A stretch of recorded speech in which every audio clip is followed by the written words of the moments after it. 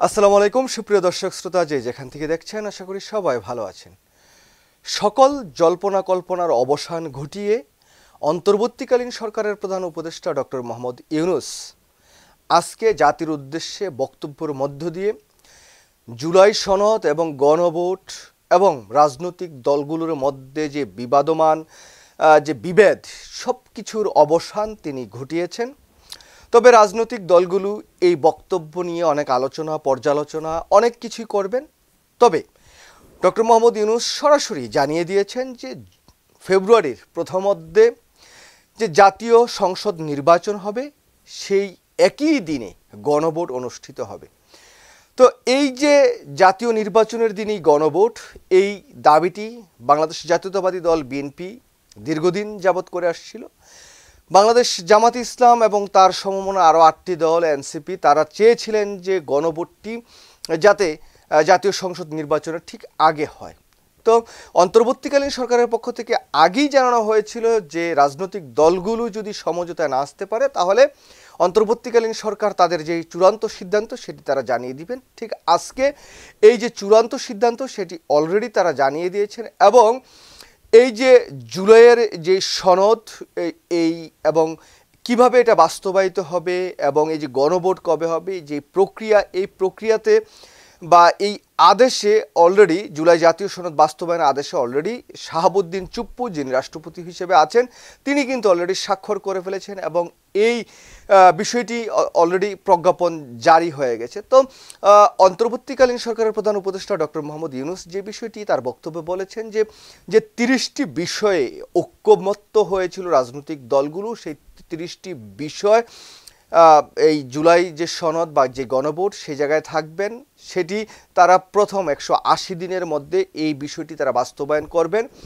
তার সাথে সাথে যারা সেই জাতীয় সংসদ নির্বাচনে বিজয়ী হবেন তারাই এই যে সংবিধান সংস্কার যেই প্রক্রিয়া সেই প্রক্রিয়ায় তারা থাকবেন, তার সাথে সাথে তারা এমপি হিসেবে থাকবেন।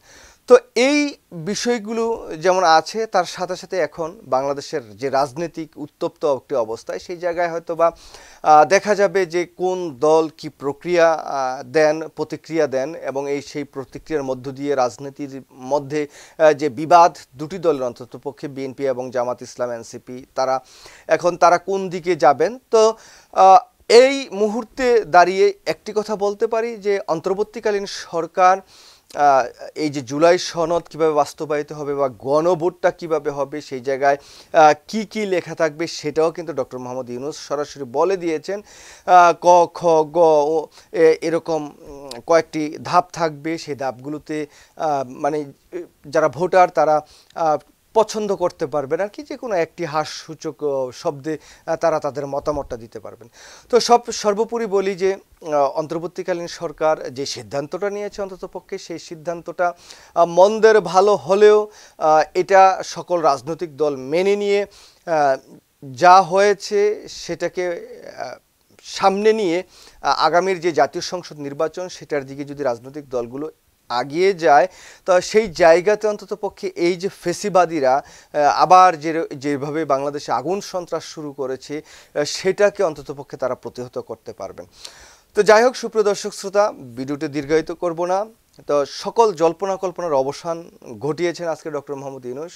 খুব লম্বা তিনি বক্তব্য দেননি এবং তিনি গুরুত্বপূর্ণ কিছু কথা বলেছেন যে একটি ভঙ্গুর অর্থনীতি তিনি পেয়েছিলেন, সেই জায়গা থেকে তিনি উত্তরণের চেষ্টা করেছেন। তো তিনি কাউকে দোষ দেননি, কোনো বিতর্কতে যাননি। তিনি সকল রাজনৈতিক দলগুলো দীর্ঘ 9 মাস একসাথে বসে তারা যেই জুলাই সনদ এটা তৈরি করেছেন সেই জায়গায় মত পার্থক্য আছে সেগুলোর কথাও বলেছেন। সব কিছু মিলিয়ে তিনি রাজনৈতিক দলগুলোকে বরঞ্চ সাধুবাদই জানিয়েছেন। তো যাই হোক, আমরা দেখি এখন রাজনৈতিক দলগুলো কোন দিকে হাঁটে এবং তারা কি ভাবে এই জুলাইয়ের যেই বাস্তবায়ন বা গণভোট এই বিষয়গুলো নিয়ে কি কথা বলে। পরবর্তীতে হয়তো বা এই বিষয়টি নিয়ে আরও কথা বলা যাবে। প্রদর্শক সবাই ভালো থাকবেন। আল্লাহ হাফেজ। আসসালামু আলাইকুম।